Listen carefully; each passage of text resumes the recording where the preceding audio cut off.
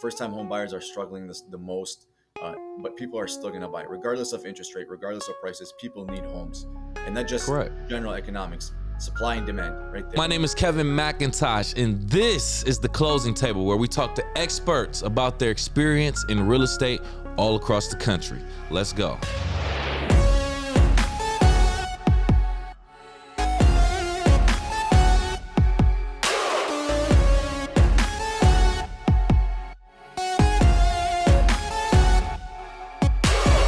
Good afternoon, good morning, good evening. Welcome to the Closing Table. My name is Kevin C. McIntosh, your host. And of course, we have another very special guest on our show to give us a lot of knowledge. We want to welcome Ali Fayz. How you doing? I'm doing great, Kevin. I appreciate you guys having me on. I look forward to the conversation.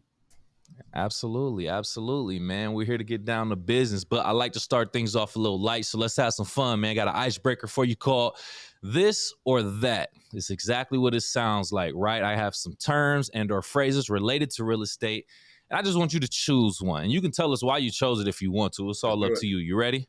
Yes, sir. Cool. First one, starter home or forever home? Starter home. Your first home, I don't think is ever going to be your forever home. That's why. Always got to start somewhere. Builds the foundation. You learn home ownership. You know how to work with the home, how to take care of the home. It's Mm-hmm. it's a big it's a big jump when you go to buy a home. So forever home, I think it's not the best thing to do right up front, but starter home is best. I go with starter home. I agree. Makes sense. Well-established neighborhood or up-and-coming neighborhood? Depends what I'm doing, but I'll probably go with well established. Sometimes when Hmm. you're an investor, up and coming is the best place if you got a certain amount of cash you're looking to work with. But if you're looking to live in it, owner occupant, I think established neighborhoods your best bet. Okay. Curb appeal or interior appeal? I say curb appeal. Interior, everyone's got different taste. So I always say if you brighten up the curb appeal, especially if you're a seller, that's going to get you the best bang for your buck. People have different taste, paint, color of the carpet, color of this and that. That's different. I Right. always suggest if you can get the people in the door, their ideas come to life once they walk inside. Good point. Lastly, turnkey property or fixer upper? It's another one of those, depends what you're looking to do. If you're an investor, fixer upper. If you're an owner occupant, it's a lot easier, especially nowadays with contractors. It's hard to get a hold of them again, like it was 2 years Mm, ago. It's back to that same, type of market we're having, where you're seeing it's hard to get a hold of contractors. Cost of renovations is significantly higher now, so I would suggest something that's ready to move in. there it is. Appreciate that insight. Thanks for giving us Appreciate it, that Kevin. knowledge, starting things off a little bit light. So let's get Thank you. into it. I want you to take this time right now, Ali, if you can tell us in 60 seconds or less, who is Ali outside of real estate? With the little time that I got outside of real estate, no, I mean, Uh, honestly, it's pretty easy going. I like to spend most of my time outdoors. I'm an outdoorsman, whether it's fishing, hunting, hiking, spend time with family, friends. Recently married, so spending time with my wife when we have that time when I'm not working. Congratulations. I appreciate that. I definitely like to stay active, so working out every day is a thing, set the tone Hmm. the right way. But aside from that, really just spending time with family and friends. Real estate's a busy industry that we're in. So you got to be Correct. available for the clientele, at a pretty much at a drop of a pin. And certain occasions, when I have that time away, like we had Memorial Day weekend, that's really when you get to shut Mm-hmm. everything down. A lot of people are away, so there's no one really wants to go look at homes. Sellers aren't going to be listing their homes around that weekend, so it gives really us as a time to get away, spend time with family and friends, with which I really enjoy doing, and most of it was spent being outdoors. So aside from being inside Okay. homes in the office all day, I love to be outdoors. Right. I would understand that. I mean, it's like if you work a job where you sit all day, you probably want to go somewhere and stand up for a little bit. Exactly, So exactly. I get it. Get those I legs get it. moving. Hey, I got a question in regards to what you said. You said something about, Memorial Day just passed. So you took a day or two off. You took some time off and you spent time with your Yeah. family. Is that kind of your approach towards most of these major holidays? No, I mean, major holidays, I love to take them off. I mean, just because it's a lot of people do take those time offs. It's something that's Hmm. reflected, whether they're a buyer or seller. It reflects across every industry. Uh, Sometimes I Right. do like to take those holidays if I don't have anything planned, and it's not something where Hmm. I think it's going to hurt the property. I'll hold an open house just because I know everyone's off of work, people are free. Depends what holiday it is. Once again, if it's a short Right. holiday, longer holidays, you got the Christmas holidays. People are away for an extended period of time. I might go away for a short period, set 5 days aside and then get back to work early and then grind it Hmm. out for another few 4 or 5 days. So it all depends on the holiday. Right. The thing about me, man, is I'm a workaholic. It's bad, but it's good. It's one of those good and bad. So Yeah. when I have the time off, I love to spend it with family. And when I'm working, I like to just work until I can't go anymore. It's There it not a is. healthy habit, they say, but when you're young, I'm only 27, so I'm gonna take advantage of it.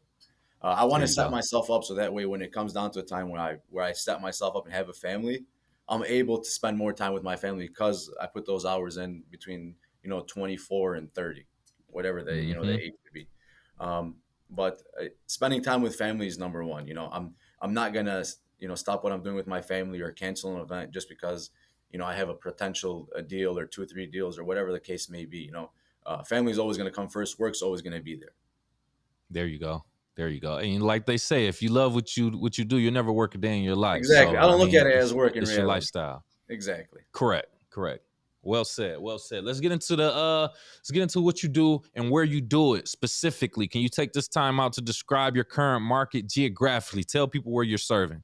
So I'm pretty much anywhere in Southeast Michigan, but my office is located in Dearborn Heights, right off of Ford Road and Silvery Lane. I grew up in Dearborn Heights. I grew up in Dearborn Heights area. A majority of the clientele that I Right. serve is in the Dearborn Heights area, but I have expanded. I'm in other areas. I do deal a lot in Livonia, Canton, Plymouth, Northville, Novi. Mm, I've gone as far as 2 hours up north, 2 hours south. It all depends on the property, the client, that what they're looking for me to do for them, and how I can assist them. If it's something where I'm going to be not an asset and I'm going to slow down that process because the property is too far, whatever the case may be, or they're requiring too much time. I'm not going to just pick up a listing just because the sake of picking up the listing.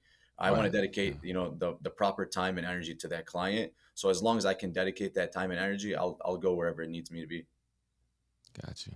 Let's talk a little bit more about the Dearborn market. I don't think we've had an agent on here to talk about the Dearborn market specifically. So, do you have some information for us economically in regards to Dearborn? Definitely. Maybe average pricing, square footage, days on the market. Just explain, because I know that's a different market in general. It's a different culture, different type of population, and things of that. So, can you Yeah. give us some insight, please? So we Dearborn Heights. I'm Middle Eastern, so we have a heavy, Middle Eastern base around here. We have Mm-hmm. a ton of Arab American food, restaurants, businesses. So there's a heavy culture base around this area. And Correct. over the last, I would say, 5 years, you've seen that steady incline in demand and then pricing. Inventory, it's just a shortage of inventory across the state right now, across the Right. country in Right. reality. Mm-hmm. Uh, More so in Dearborn Heights area, homes at one point that would sit 2 3 weeks, pre-COVID. That same style homes going right away. I'm sure we've seen that everywhere else, but the price per square foot, which is something that I've noticed significantly increased. I think I would say a little bit over a third of the homes that are actively on the market in Dearborn Heights right now are priced above 200 a square foot, which was Ooh, unheard of.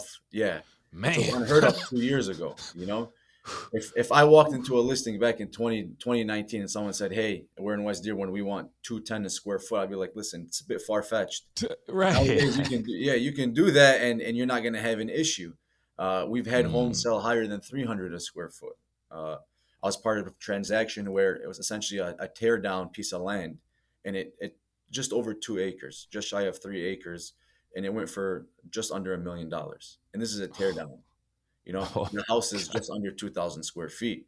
So there's a demand for all types of properties, whether it's, yeah. investor, owner occupant, first time home buyer, or someone who's looking to build those quality homes. We weren't known to have million plus homes, but Hmm. in the last year, I think we've had, I think 12 or 13 just in the Dearborn Heights area that have sold north of a million and a half. Um, Ooh. yeah. And we have one currently on the market that's north of 2.5 million.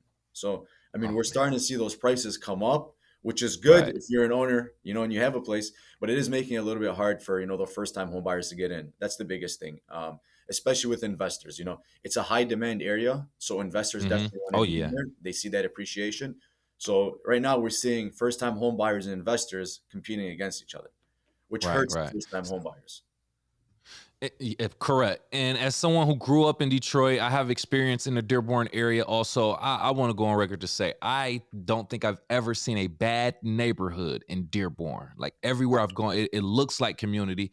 It looks like great places to raise your family and things of that nature. So I kind of get it. Also, Yeah, I mean, with the inventory levels being low, I mean that's going to kind of force the prices to be up a little bit more with the demand. But ultimately, like I get it because Dearborn is a very nice place, just from right. from my experience and perspective. So I get it, but man, $1 million homes and things like that, that's crazy. Yeah, I I get mean, it though. I mean, I grew yeah, up it's here the my whole life. I times. grew up in Dearborn for the first five Mm-hmm. years, and I moved to Dearborn Heights for the next, 21, 22 years.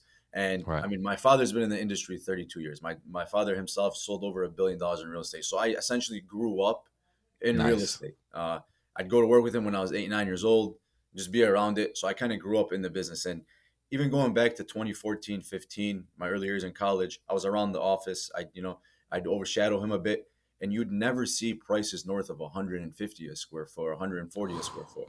So to see that kind of increase over that period of time, it only goes to show that how fast real estate can appreciate. People say, "Oh no, it's a Yeah. 20-year cycle. You have to buy something, sit on it for 20 years." I know we had COVID, which was, a one-off type of situation, but at the same time, we're seeing that issue again. We're seeing a shortage of inventory, a higher demand on homes. And everyone was saying, hey, once interest rates go up, the demand's going to crash, prices will come down. Well, interest rates are still sitting up there pretty high. Historically, it's still essentially That's average. what I was gonna say. Yeah, relatively, Historically, it's yeah. average, but Correct. to the buyer who got into the market within the last year, 2 years, it's high to them. Oh yeah, yeah. Anyone who's seen those 2.5, sub 3% rates that they were seeing in 2021, we're not going to see those, I don't think, for a very long time. That was a one off situation due to COVID, as I had mentioned. Correct. But people are still buying and people still need homes. Interest Mm-hmm. rates aren't affecting them. The only thing it is affecting, and this is the biggest thing that I had mentioned, first time home buyers, I'm seeing, are affected the greatest by these interest rates. Right. It's the biggest thing because that 0.5% takes somebody from being approved from a 200 now down to 180, and Mm-hmm. home values are not going down, prices are not going down, prices are only going up. So I see a lot of first time home buyers struggling, and especially with the FHA, the VA, those types of loans are struggling, but we're still be able to get those homes accepted, and especially in our market, just based on how you put those offers together. But though, like Right. I said, first time home buyers are struggling the most, but people are still going to buy, regardless of interest rate, regardless of prices. People need homes, and not just Correct. general economics, supply and demand, right there. Mm-hmm. Shortage supply Mm-hmm. and there's a high demand, it's going to increase prices, and we've seen that Yeah. for over 3 years now in a row. Mm-hmm. And that also goes to the point. Oh God, I forgot what I was gonna say. But oh Sorry, I yeah, rambled there a first little time. bit. No, you're fine. But the great point that you made, first time home buyers, they're struggling because they have to come up with that down payment and Correct. those closing costs. In most cases, there are programs that exist to help with that. But as opposed to someone who's owned a home now selling their home to possibly buy another or whatever, they have equity that they're using, which is Exactly. why we're seeing a lot more cash buys and about a Yeah. quarter, cash You see buys those now. cash buyers, you see those, okay, 20% down, 30% down, okay, Yeah. $20,000 appraisal waiver. No one, these are people who have experience in buying a home. And that's what we're Mm-hmm. going back to the beginning when we said starter home or forever home. You're Right. going to learn a lot of things when owning a home. And not to say just expenses wise, but just how to deal with the home when something goes wrong, Mm-hmm. and just it's something that you can't uh, tell somebody how it goes. You have to learn it. I moved into my own Right. home 7 months ago, and I'm still like waking up, learning new things. And I've been in real estate for 6 years now. You know, Right. but living in my own home now, even though I've been in the business, I've bought property, I've invested. But when it comes to living in your own home, it's a whole different experience. And I was at a point where I said, hey, let me buy something a little bit more expensive that's done, or buy something a little bit, less expensive, put a little bit of equity into it, and save myself some money. And then when I'm ready to make that jump to that second home, like you said, I have that equity, that sweat equity Correct. that I built in that first home. Because I look at it like this: your home is the biggest investment you will ever make. To 90% of Americans, it's going to be the Correct. biggest investment. 90% of people, you don't go every day. You're not going to buy a several $100,000 home, whatever it may be, 80, 90, 100, 200, a million, whatever the case may be. That doesn't happen every day. So if you look at it as an investment, the same way you treat any other investment, you want to use it to catapult you into something greater. So the reason we Right. invest, in 401k and stock market so that we can set up our future.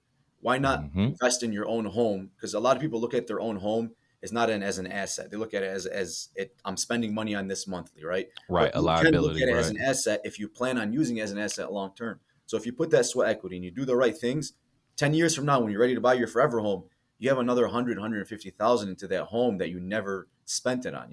It just built through that sweat equity through that time. And now you can buy your forever home with $100,000 down, $200,000 down, and not have to worry. You're not competing anymore. You are who's everyone's competing against. Correct. Correct. No, I agree wholeheartedly. It's like, and that goes to the saying too that I've heard recently.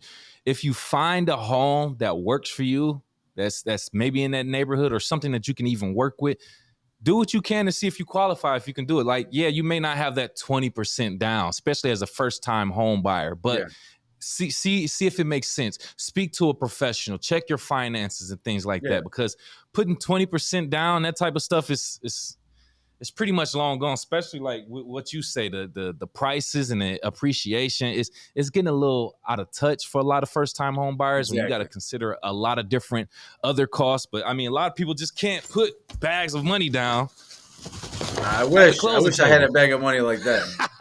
It'd be I've been waiting easy. to do this on this podcast. There you But go. yeah, money just doesn't grow on trees. You can't just do Yeah. that type of stuff. So with that being said, another question I want to ask you: when you own a home, like we say, it comes with additional expenses, property taxes, insurance, maintenance. How do you personally, professionally assist these first-time home buyers in setting a realistic budget, avoiding these temptations to overspend? So you have your typical when you're looking to buy a home, they always say don't try to spend more than 30% of your gross income monthly. So they figure that out. Mm-hmm. Banks take that into consideration. You have your DTI that they look at, the case may be, but there's unspoken about expenses. You're gonna buy a home, you're gonna need furniture, all right? How are you gonna walk Mm, into that home? Right? You're gonna sit on the yes. floor, you're gonna need groceries, you're gonna have utilities. For someone who's moving into their first home, or if someone who's moving out of an apartment to a bigger home now, that utility bills is not going to be covered by the rent anymore. Now you Mm-mm. have two, three. You want internet? You want TV? You want to watch TV? You Mm-hmm. want to, Good you want point. your computer? Exactly. You're gonna need gas, cooking. So these are Yeah. expenses that you don't talk about aside from the taxes and insurance. A lot of times nowadays you can get the taxes and insurance built into that mortgage, so you can see that cost, right? But there's hidden costs, utilities, Correct. appliances. If the home doesn't come with appliances, or if the appliances are old and you want a new stove and fridge, it's not like you go to Target and pay $100 and they're going to drop one off for you. These are several $1,000s nowadays. Especially if, depends on what Mm-hmm. you're looking to get. You have all that, and then you have, if you're moving out of an apartment, you have lawn maintenance expense, snow expense. These aren't things that happen every day, but you got to take them into consideration. Now, a hot water tank goes bad. You have to budget for things going south. Correct. Even though you might move into a brand new home, there's always a potential that something can go wrong. So Correct. don't think, okay, I have an X amount of cash set up that covers my cash, my closing costs, my down payment, and 3 months or 4 months worth of reserves. Be safe. Say, hey, if the hot water tank goes bad, at least I have this set aside. This safety net. Right. Aside from your savings, have a safety net for your home, because your home is what keeps you safe. Right. In the end of the day, it keeps a roof over your head. If something goes wrong with your home, then you're essentially you're hurting an investment that you spent a lot of time and money on. So you're only hurting yourself in the end. So taking care of your home and making sure that financially you have that money set aside is the most important thing. Yes. I see a lot of Yes. people, they look at the approval and they look at it as like a check to go to see any home. Like, I have a $400,000 approval. Listen, you're Let's go look approved at for four hundred 400. thousand dollar homes. Yeah, Yeah. but It's like- you're spending better than anybody. How are you going to spend the money? Budget that correct. expense. Even though you might be able to afford the payment, you're not gonna be able to go out like you used to go out every weekend. You're not gonna be able to do those things, go on vacation, unless you're making an extravagant amount of money, and that's not an issue. When you're buying your first time home, you have to take those expenses into consideration. You're still gonna want to live your day to day life, but now you have an additional expense that's more important than a lot of those other things. Because if you don't make that Correct. payment, they're gonna come take your home. Mm, That's the last thing anybody wants. exactly. You know. So Exactly. So Well just being said. smart about it is the biggest thing. Everyone's different. Some people are very conservative and they don't have to, no one has to tell them a thing. I have Hmm. clients who, aside from budgeting, minor expenses, they say, hey, I already have it planned. The next year's payments lined up. There's some people who are that conservative. Then there's Mm, others who are just excited. And, there's there's a huge emotional excitement that comes with buying a home, and I love seeing a smile on every client's face. And Right. sometimes the excitement can cloud a lot of the things that come with buying a home, like the expenses, because you might have that money set aside, but once you move in that home and you get the keys, you're like, okay, now it's here, and now the real, real life starts. What if 2 weeks from now, God forbid, something happens, whatever the case may be, and you Correct. need to Correct. repair it, and you just spent an X amount of dollars on closing costs and to get moved in, and you bought some furniture, and you're stuck in the mud, you know. So always, Correct. it's never being, a pessimist. It's always being optimistic in a sense, just, Mm-hmm. praying for the best is Mm-hmm. really what it is, and just being prepared that if something does go wrong, you're ready, because there's already a lot that goes with buying a home. So the stress that comes with buying a home is enough. Now, if something was to go wrong, financial stress is probably one of the biggest stresses in the country. So that's the Yeah. last thing you want. You don't want financial stress on top of you when you just moved into this new home. Right. Oh man, I couldn't imagine. That'd be your biggest regret. Oh So man, yeah, yeah, the you're measure sitting in this twice, thing. cut once. Yeah, Yes. exactly. It's like you're gonna walk in this thing every day stressing out because this puts you in a bad place. You Right. never want that when you're buying a home. And, as our professionals, we try to do our job in making sure that you don't go above your budget, based on Right. approval and based on what someone tells us. But like I said, everyone knows themselves differently. They know how their spending habits are. They know how they should budget and should not budget. Some are better than others. That's just how it works. Yeah, and actually a great segue to my next topic. It's almost like you have these questions in advance, Ali. But anyway, Maybe. so I gotta ask: buying your first home, like we just discussed, is obviously very exciting, but it can be overwhelming. But when it comes to your job, you're the liaison and the professional here. So can you Yeah. explain beyond these transactional aspects of buying a home, what additional support or resources do you provide to these first-time home buyers to help them get a smooth transaction into their home?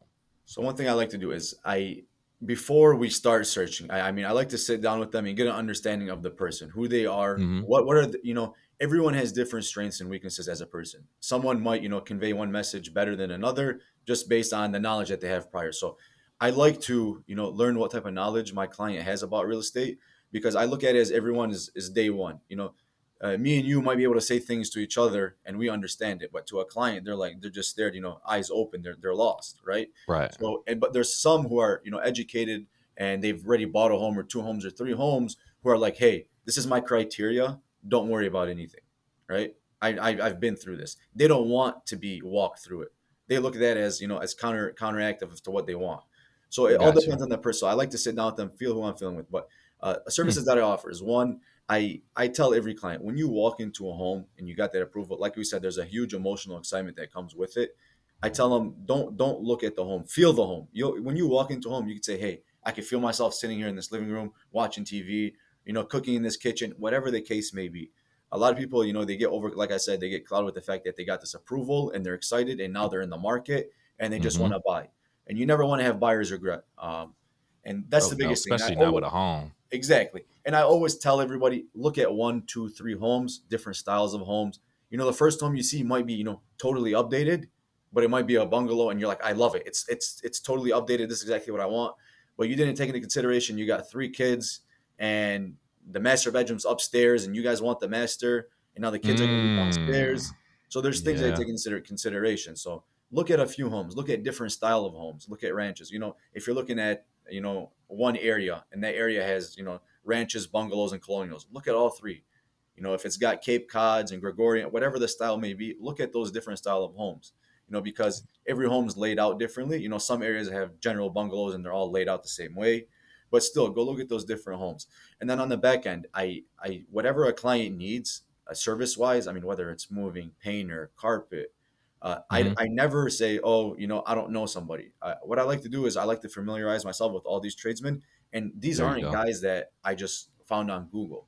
These are guys that I've been working with 2, 3, 4+ years. Who I Hmm. had working on my own home, so I trust them enough to say, hey, go to this client's house. They're like family. Take care of them.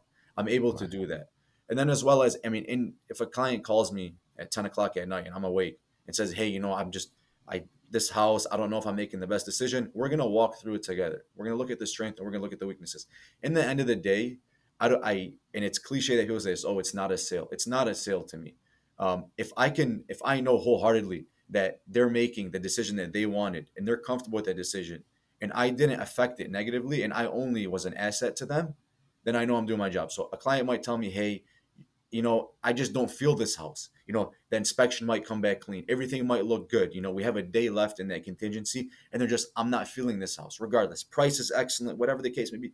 I'm going to say, hey, it's not the price, it's not the inspection. That's fine. There's going to be other homes. We just got to Right. take that in consideration, and we will go look at those other homes because, like we said, it's an investment that they're making, and you don't want to make an investment and then the next day you regret it. Regardless if you Mm. can afford it with no problem, whatever the case may be, that's the worst thing you would do.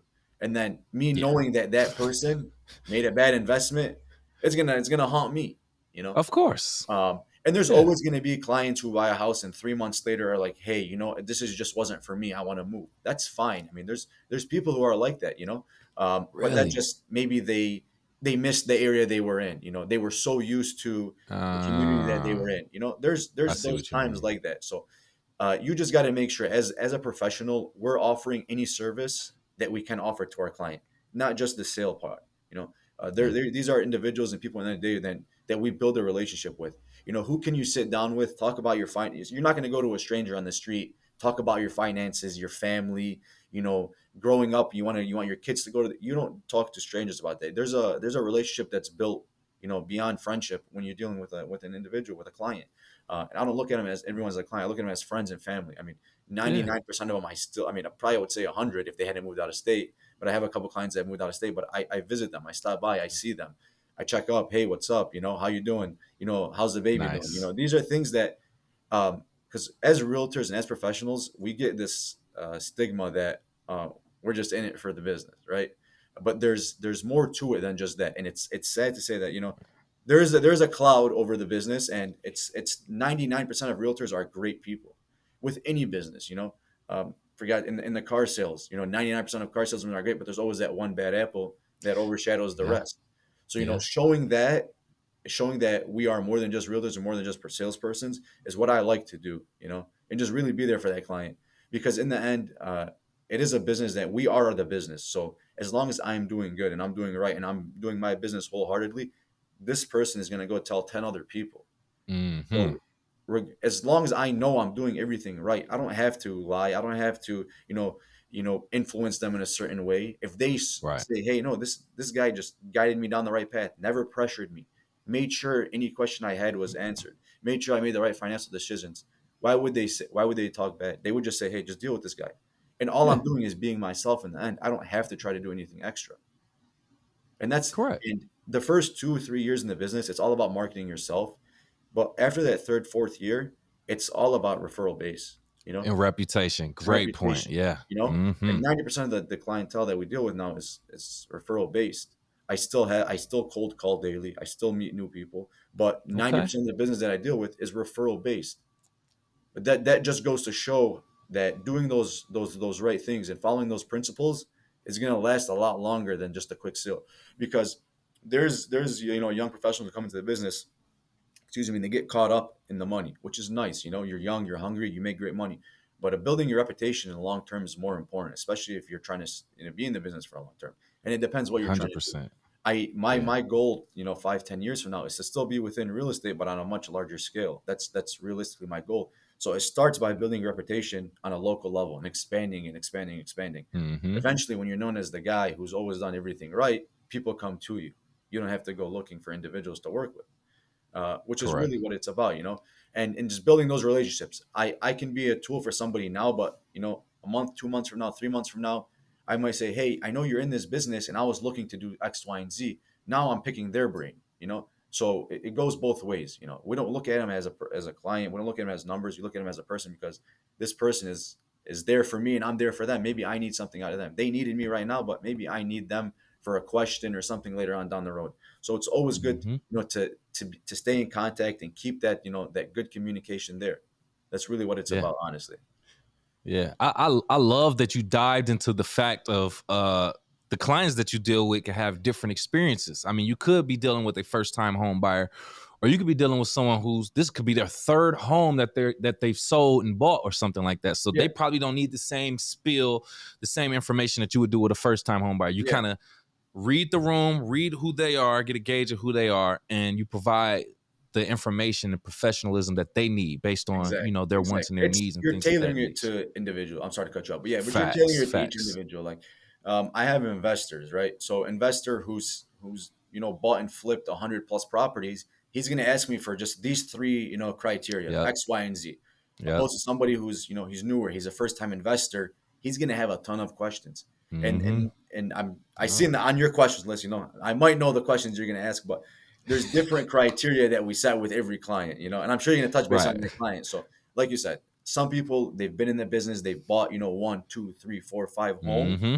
and you don't have to tell them much. They just say, "Hey, I want to be in this neighborhood, this certain block, or even in this price per square foot, whatever the case may be." And you just you're able to send them those listings. You're able to go ahead and take them on tours. You're able to do those things based on that small criteria because they know everything else.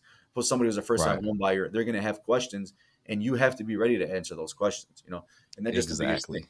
And it's like I look at it like this: if I was to walk into the hospital, I'm having my arms hurt. The doctor's not going to tell me, "All right, you're good. You know what to do." No, what do I do? My arm hurts. You know, Right. yeah. So you have to familiarize himself. You look at it as like we're the doctors of real estate in a sense. You're coming Good to point. us. You're coming to us. To treat whatever. I mean, not to treat it, but to find a home or to sell your home. And it's our duty or our job to make sure we do it. We inform you the right way of going about it. The same way a doctor would inform you the right way about a procedure or a medication or whatever the case may be. You have to Correct. you have to give that Yeah. information out because as a buyer, a first time home buyer, 90% of them don't even know they need to know that information. There's information that buyers don't know they need to know. And when you tell them like, oh, I needed to know that, they're like, yeah, you needed to know that. So it's Yeah. always good to over inform, never under inform. Correct, correct. That's and half of that responsibility is on the clients too to ask the right questions. I mean, yeah, Correct. you would still give that information if you feel like it's absolutely necessary, but it is still on the clients, to still do a little bit of research and ask the right Of questions course. Yeah. also. We spoke about this earlier. You mentioned it about the inventory levels being at a low that has been for a while as of right now. It's still a seller's market. So, how do you plan to help sellers capitalize on the current decrease in inventory levels and maximizing their chances of selling their homes quickly for a favorable price? So the biggest thing when it comes to selling, I mean, it's always been about marketing the home, getting the most eyes on Yeah. the home. So that's still, even though we have a shortage of inventory, it's only going to create more eyes on now this property. So before it Mm-hmm. might have been 10 or 15 competitive, homes in that market. Now there's only 5 or 6. So how can I get the most eyes on this property? Whether it be via, social media marketing, blast email marketing, or hosting open houses. This weekend I had open house Saturday, 2 on Sunday, new listings, and they're both under contract as of Monday. So the way about it is just getting the most eyes on that property and getting feet in the door. Um, Mm, and that's really what it's always been. How can I get the most eyes on this property? How can I get people in the door? And then pricing. Pricing is always the biggest thing. I know we're at a point where, like we said, supply and demand, so you're going to shoot for that high price. But if you look in the market and you look in, and I mean through the real comp in the MLS, you'll see that 9 out of 10 times when you overprice a home, it doesn't end up selling for 2 3 weeks, right? no. So when you price it right, which is where we come in, we Mm-hmm. as our professionals, it's our duty to give you the information and tell you what we believe that target price is. That price, with the way we price it, the goal of that price is to create a competitive market, a situation where people overbid. As a first-time home buyer, that's not what you want to hear, or someone who's buying a home. But as a seller, if I Yeah. call my seller and say, "Hey, we're in a multiple offer situation," they're smiling ear to ear. That means we Mm-hmm. did something right. So it comes down to pricing, getting the eyes on the home, and then how the home shows. As Correct. long as the home is neat and tidy, unless it's in an investment property, you might have some investment properties that are dilapidated and they're in poor shape, but that's a class of its own. If you're an owner occupant home, we like to just say as long as it presents well. If somebody can walk in and say, hey, it's not overcrowded. There's not stuff everywhere because the how first impressions is everything. That's a saying that's Mm, been around for thousands of years, I'm sure. correct. So Yeah. if I walk into a home and it feels cluttered, I can't, as a human being, we can't start the process us living in that home. We just automatically say, I can't live here right away. Have you ever walked into a home that's over cluttered? No matter how the home looks, could be, Oh I just can't yeah. live here. So, it's a zoo. It's crazy. There's things everywhere. So as long as somebody walks in and is like, I feel comfortable here, that's the first thing. So making sure they feel comfortable walking in. That's another thing. So, I mean, once Yeah. you put all those pieces together, pricing, marketing, and then how the home shows, that's what gets it sold. Lastly, and every home is different. Some homes, honestly, I'll be walking up, to listing appointment. I'll speak with the seller. They'll sign, and I'll walk outside, and the neighbors seen me walking in a suit, and they heard that the neighbors, looking to sell. Already, Right, they're like, right. hey, my son's looking for a home, or my sister's looking for a home, or X Y Z. So that already in itself, without even having to do marketing, I have somebody who's potentially interested in the home. Sometimes the seller may be, hey, you know what? I want that neighbor to have that home. So as a realtor, as a professional, I don't have to do those X, Y, and Z, the additional marketing and do all those other things. Maybe the seller wanted to sell it to them from day one. So it all depends. Every home is different. We have a different Right. marketing strategy for every home. If it's an investor's property, we have, investors that we send blast emails to, mass marketing to strictly investors, because that's who's going to buy that property. I'm not going to show a investment property to a first time home buyer when the home needs $50,000 worth of work and they're an Right. FHA buyer. So it Hmm. doesn't make sense for me to put that home in front of them. So it all comes down to that. Every home we go about it differently, but the best way of doing it is comes down to pricing, the marketing, and then how the home shows. Those three things are the most important things.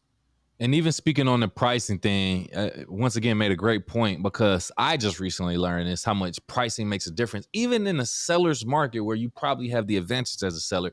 If you place the price too high, like you said, people could think that's way out of my budget. It's not worth that, and it could sit on the market for weeks, if not months. If you Yeah, place it too low, people will think it could be something wrong with it. It's too good to be true, and then exactly. it could ultimately have the same effect, sit on the market for so long or whatever the case. But it takes that real pricing strategy to really Exactly. know where's the sweet spot so that we can really get this. So I mean, I really recently just learned like how effective that pricing thing. I thought you could just throw a number out there, but Yeah, that I mean, makes a that's what huge people think. difference. Yeah, you think you could just, everyone says, oh, this estimate says this, right? Right. Oh This yeah. estimate doesn't take into consideration Nah. 99% of the things that go No. on. But so, I mean, like you No. said, it definitely does come down to the pricing. That's the most important factor. I had a home, and we sometimes we suggest a price and the seller says, I really want to go with this price. I'm As long as I'm comfortable with that price and it's not an astronomical number, I'm willing Right. to test that number. I want the seller to be pleased, and to be happy and to show them that we are, doing the utmost of what they're asking out of us. So I may try that number for, a week and say, hey, listen, we held an open house. We only had 3 private showings since we listed it. I think we should make a slight adjustment. We'll make that Mm, adjustment. Believe it or not, we will make that adjustment. And now the home will end up selling over asking and almost close to that number that they wanted. exactly. And it all comes down to the Exactly. pricing, because once you get feet in the door, if I'm on my phone and I see Zillow and the home's overpriced, I just, I'm not even gonna look at it. Why would I even look at Right. it? But if it's priced perfectly, now I'm gonna look at it, I'm gonna save it, and I see that there's an open house this week, I'm gonna say, hey, I'm gonna swing by. Now when I got my foot in the door as a professional, we did our job getting in the door. The home is always gonna sell Yep. itself. If I'm Yep. walking around saying, oh, look at these beautiful this, I'm trying to sell them on those aspects of the home when that the home's already selling them on there. I don't have to tell somebody, aside from, updates, upgrades, those things we always say. But I'm not going to say, oh, this would make for a great XYZ. Like, no, I mean, they're there to see the home. They know what they want in the Exactly. home. Hmm. And if I try to sell them on it and push them on it, it looks bad. So I always suggest is it's like I said, comes down to the pricing and getting that foot in the door. Once they're in the door, people sometimes see a home and said, wow, I would have paid 500 for this, you know, because the layout Oh is what they man. wanted. The way, it's how it works. We were priced so we tried it at 400. I suggested 380.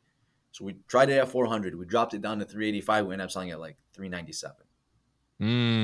So 3 grand Perfect shy of what? example. Yeah. So perfect example. We brought it down and ended up getting the feet in the door, and it drove the price up just by multiple offers. There it is, the nature of the business right there, and that's Exactly. and that's the same thing. I like if someone goes to a furniture company or something, a furniture store, like if they're walking in the door, they're planning on buying furniture. So it's up to that salesperson to really close the deal. They're not walking into a furniture store expecting to watch a movie or something like that. Exactly. Like, They're how there many for people that just reason. randomly go to a furniture store? So if you get them in that door, it's your job. Okay, I got them here. Boom. Let me do the rest of the work. Exactly. I like that perspective and appreciate that. Since No, we that's talked about real estate investing, I got some more questions about that for you. You sure. said real estate investing is a great way to build long-term wealth and achieve your financial goals, which I agree with. But in what ways do you assist potential real estate investors in identifying these properties with the highest potential for long-term wealth and reaching their financial goals? So we'll go back to it. So every investor is different. You might have that first time investor, or you might have that seasoned investor. And then also you have different types of investors. Are you a fix and flip type of guy? Are you looking for a long term appreciation? Are you trying to get into wholesaling? Whatever the case may be, everyone's got different criteria. Are you okay with high risk investments? There's some who are saying, hey, you know what? I just want that 8 to 10%. I want an area that's safe. I'm not looking for an up and coming area. I want something established. Opposed to having an investor who says, listen, I'm willing to take a risk. I want an area that's going to have significant appreciation if it does come up. It's an up and coming Right. area. It's no guarantees. So that's the difference. And what I do is I always sit with every investor, same way I sit with every client, say, hey, what's your budget? What's your end goal? Like we said, are you a flipper? Are you a wholesaler? Are you a long term investor? Okay, now we got that criteria set. Are there certain areas you look to be in? Do you want to be in this area? Do you want to be in that area? Do you want to be downriver? Do you want to be in the Dearborn area? Whatever the case may be. Do you want to be in Detroit? Wherever you may want to be. Once I get that criteria, now it's my duty to say, hey, listen, every time I deal with an investor, I send them like an investment breakdown. So we'd have the purchase price, projected expenses, projected closing costs, after Okay. repair value if they're an investor, with contractor estimates. Because Okay. as an investor, they have a day job. They do other things. It's my job to show them the numbers and tell Mm-hmm. them why it's a good investment. It's their job in the end to say, okay, let's go with it or no. Well, my job is to show you the numbers, show you the breakdown, and show you what that return is. As long as that's what you're looking for, then okay, we're on to the next one. So that's what I like to do. Everyone's got different criteria. I have investors who just say, hey, find me, doesn't matter what the condition of the home is. I want to be in this suburb and I don't care what the condition of the home is because they're looking to hold it for 10 plus years because it might be an up and coming Mm. neighborhood or they might know somebody in the state or whatever the case may be that they're looking to invest money in this community. So it's always good to have, that knowledge as well. Every investor is different. Then you have your commercial investor, who's a little bit more, these are long-term investors. These are investors who are seasoned investors. A lot of the commercial investors we deal with. So everyone's Mm-hmm. different. You can't take the same criteria you're dealing with in residential and deal with commercial. Commercial No. is different as well. Do you have multifamily? Is it a plaza? Is it a storefront? Is it a strip center? I mean, whatever the case may be. Is it a business? Mm. So those are different things that require different ways of going about it and how you market that business or that investment, whatever the case may be. So everything, and that's the thing about real estate. It's such a multifaceted business and a multifaceted Yeah. industry that it never gets boring. That's what I love about it. It's not like a one-dimensional field. Correct. Doing the I same dabble in thing commercial. every day. Yeah, I dabble in commercial as well. So just having that ability to go to commercial to residential and then first time home buyer to seasoned, buyer to seller to investor, you're dealing with different people. You're not doing one thing. It's not like you're clocking in, clocking out 9 to 5, doing the same thing every Right. day, Right. right?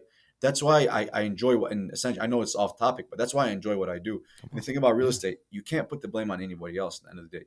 Your brokerage is there to support you, Mm. correct? Right? Your brokerage is there to support you, but your brokerage is not there to, to get those listings for you, to get those showings for you. They're there Right. as a safety net for information and guidance that you need, right? But the same way a teacher in school, is your teacher going to do your homework? No, they're going to guide you, but it's your job to do that homework. So you can't put the blame on anybody else. And that's what I love about this business. And when I have my successes, it's due to my work ethic. It's not due to somebody Correct. else's work ethic. So that's another thing. So you get that gratification. But it's like that fine line of who am I going to blame? I'm going to blame myself if something goes wrong, right? So it's Yeah, you have to. exactly, but that's what makes it such an interesting field. I'm just the type of person. To others, it might work to clock in and clock out. No disrespect. I'm sure that works for them, and that's a great thing. I wish I could turn off my mind at 5 o'clock. I wish I had that ability. I'm one of those people when my mind's running. It's working on its own. I can be Yeah. sitting at dinner sometimes. I'm just still thinking about that one deal that slipped past me, right? Or that one, thing that went wrong at 10 o'clock in the morning. Right. It's just how we are in the business, and that's what I love about it. I mean, it keeps you keeps you interested. Like you said in the beginning of the conversation, it's not work if you enjoy it. It's Mm. not. 100%, 100%. Since we are talking about investments, this is something I want you to give us an example on. I mean, depending on the property that you do get, that you are investing in, you can get an ROI, according to what you said, of 10% or more annually, which sounds pretty great compared to Yeah. like stock market and things like that. So can you share an example of successful real estate investment deals that you helped the client achieve to get their return on their investment? And what type of strategies did you use for the success? So one recent one, it was a two property package. It was right here by Dearborn. One was in Dearborn Heights, one was in Inkster. Hmm. They were off market properties. I had known the seller. We had a tenant in place on one of the properties. We didn't have a tenant in the other one, so we packaged them up together. I had went to one of my investors. I'd said, "Hey, listen, this is where we're at. We have a tenant in one. They're willing to stay there long term, as long as we can guarantee them that because they were on a month to month, that we'll furnish them a lease agreement." So we slightly increased the rent. We furnished them that lease agreement, and we ended up on that first property. The value based on the market value, he's sitting at like a 14% ROI. The second property Mm, needed a little bit of rehab, so we went ahead and rehabilitated it. We got a tenant in there. That one's sitting at based on market value around like an 18% ROI. So these are properties where you don't see those 10, 12 plus percent, but because there's one that needs some work, right? And it had no tenant in there, and the other one had a right. tenant that was under market, but they were having issues essentially with that tenant on getting them out. We said, hey, listen, we'll keep you in there. We're just going to increase the rent a little bit, right? We're not going to make any changes. We're not going to do anything that's going to affect you in the home, you know. And then this other Mm, property, put a little bit more money into that one, bring the value up on it, bring the rental value up on it, and use that one, to stabilize the investments. Now, if got you look at you. it as two separate investments, they're both 10, 12 plus. I mean, they're both 12 plus, Right. and now the market value of that one that was vacant is significantly higher than when you bought it as a package with the other one.